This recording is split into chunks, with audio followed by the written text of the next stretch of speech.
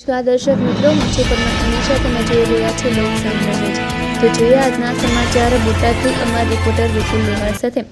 બોટાદ જિલ્લામાં હવામાન વિભાગ દ્વારા જાહેર કરાયેલા રેડ એલર્ટને પગલે સમગ્ર વહીવટી તંત્ર એલર્ટ મોડ પર છે. આ દરમિયાન બોટાદના ધારાસભ્ય ઉમેશભાઈ મકવાણાએ પણ તાત્કાલિક એક્શન લેતા મુખ્યમંત્રીના ઓએસડી તેમજ ગુજરાત રાજ્યના રાહત કમિશનર ગૌરાંગ મકવાણા સાથે ટેલિફોનિક ચર્ચા કરી છે. જિલ્લામાં સંભવિત આપત્તિની સ્થિતિને પહોંચી વળવા માટે તેમણે એક એનડીઆરએફ અને એસડીઆરએફ ટીમ તૈનાત કરવાની માંગ કરી છે. આ ઉપરાંત ધારાસભ્ય જિલ્લા કલેક્ટર સાથે સતત સંપર્કમાં રહી વરસાદની સ્થિતિ અને તંત્રની તૈયારીઓની સમીક્ષા કરી રહ્યા છે.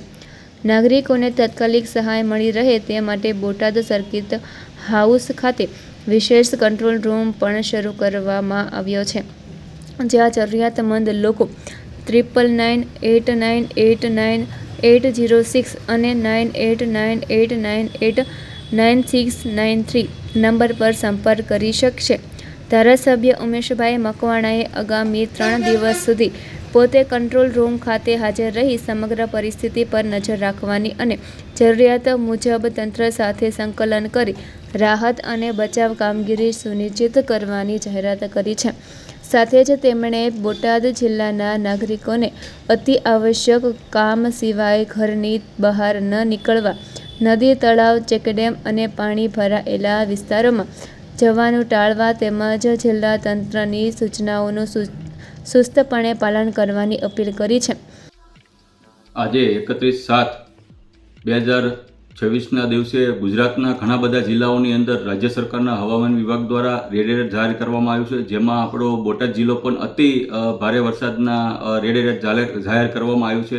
એટલે આ તકે બોટાદના ધારાસભ્ય તરીકે બોટાદની જનતાને એક અપીલ કરું છું કે ભાઈ કામ વગર તમે ઘરની બહાર નીકળતા નહીં. નીચાણવાળા જેટલા પણ આપણા વિસ્તારો છે, જેમ કે તુરખા રોડ છે, તળાવના જે ઓગણની પાસે જે ઝૂંપડપટ્ટી વિસ્તારમાં લોકો રહે છે, એનું હાલ અત્યારે અમે સ્થળાંતર ચાલુ કરી દીધું, પણ લોકોને સ્વયંભૂ આ વિસ્તાર છોડી દેવામાં આવે તેવી વિનંતી કરું છું કે આપણું કૃષ્ણસાગર જે તળાવ જે છે એ અત્યારે હાલ આપણે 70થી 80% જેટલું ભરાયેલું છે. જો અતિ વરસાદ પડશે તો તળાવ ઓવરફ્લો થવાની શક્યતા છે.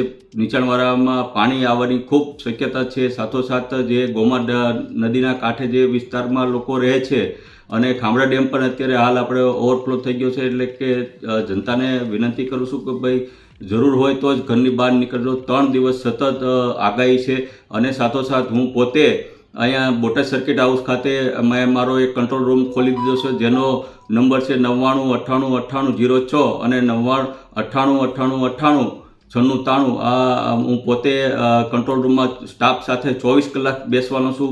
સંકલનમાં કલેક્ટરશ્રી, ડીડીઓશ્રી, મામલતદારની ટીમ સાથે સતત સંકલનમાં રહી અને રાજ્ય સરકાર પાસે પણ એક એસડીઆર અને એનડીઆરની ટીમ મારા દ્વારા માનનીય મુખ્યમંત્રીશ્રી પાસે એક માંગણી કરવામાં આવી છે. જો નજીકના જ સમયની અંદર બોટાદમાં પણ એક આ ટીમ જે છે એનડીઆરએફ કે એસડીઆરએફની સ્ટેન્ડ બાય રહે તેના માટે પણ એક વિનંતી કરવામાં આવી છે. તો ફરી મળીશું એક નવા સમાચાર સાથે. ત્યાં સુધી જોતા રહો લોક સામના ન્યૂઝ.